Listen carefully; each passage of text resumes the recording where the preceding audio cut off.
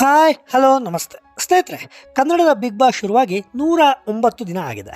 ದಿನದಿಂದ ದಿನಕ್ಕೆ big boss ಹೊಸ ಟ್ವಿಸ್ಟ್ ಪಡೆದುಕೊಂಡು ಮುನ್ನುಗ್ತಾ ಇದೆ.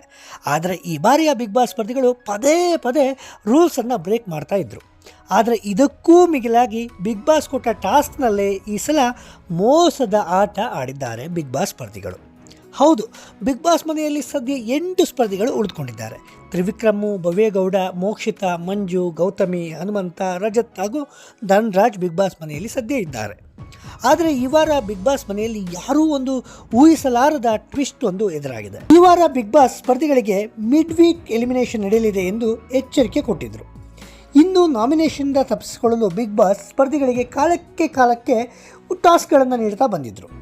ಅಚ್ಚರಿ ಎಂಬಂತೆ ವಾರದ ಕೊನೆಯ ಟಾಸ್ಕ್ನಲ್ಲಿ ಧನ್ರಾಜ್ ಗೆದ್ದುಕೊಂಡು ಈ ವಾರದ ನಾಮಿನೇಷನ್ನಿಂದ ಸೇಫ್ ಆಗಿದ್ದರು. ಇದೀಗ ಬಿಗ್ ಬಾಸ್ ಕೊಟ್ಟ ಕೊನೆಯ ಟಾಸ್ಕ್ನಲ್ಲಿ ಧನ್ರಾಜ್ ಕನ್ನಡಿಯನ್ನು ನೋಡಿ ಫಜಲ್ ಗೇಮ್ ಆಡಿದ್ದು ಬೆಳಕಿಗೆ ಬಂದಿದೆ.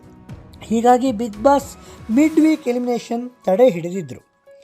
ಈ ಬಗ್ಗೆ ಖುದ್ದು ಬಿಗ್ ಬಾಸ್ ಮನೆಯವರ ಮುಂದೆ ಅಸಲಿ ಸತ್ಯವನ್ನು ವಿಡಿಯೋ ಮೂಲಕ ಬಿಚ್ಚಿಟ್ಟಿದ್ದಾರೆ. ಬಿಗ್ ಬಾಸ್ ಮಾತನ್ನು ಕೇಳಿಸಿಕೊಂಡ ಧನ್ರಾಜ್ ತಾವು ಮಾಡಿದ ತಪ್ಪನ್ನು ಒಪ್ಪಿಕೊಂಡಿದ್ದಾರೆ.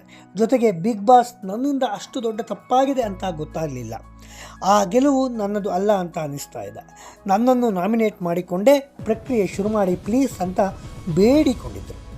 ಇಂದು ರಾತ್ರಿ ಪ್ರಸಾರವಾಗುವ ಸಂಚಿಕೆಯಲ್ಲಿ ಬಿಗ್ ಬಾಸ್ ಯಾವ ನಿರ್ಧಾರ ತೆಗೆದುಕೊಳ್ಳಲಿದ್ದಾರೆ ಅನ್ನೋ ಕುತೂಹಲ ಇದ್ದು ಅದನ್ನು ಕಾದು ನೋಡಬೇಕಾಗಿದೆ.